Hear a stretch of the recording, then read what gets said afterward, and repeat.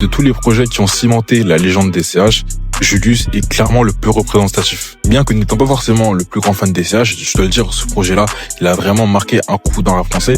Et pour beaucoup, ce n'est même pas son meilleur album, il faut le dire. Beaucoup ont préféré des albums comme Deo Favente, mais celui-là est incontestablement le plus abouti. C'est vrai qu'il avait toujours eu ce délire mafieux et c'est ce qui faisait un peu son identité.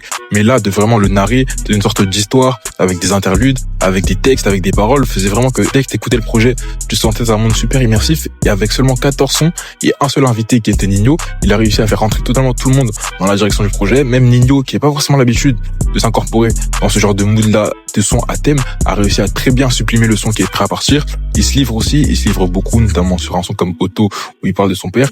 Et à côté, l'outro, qui pour moi est le meilleur son, Le Code, est excellente. C'est vraiment un projet qui s'écoute de A à Z, qui peut aussi s'écouter un par un, avec des sons qui passent aussi très très bien seuls.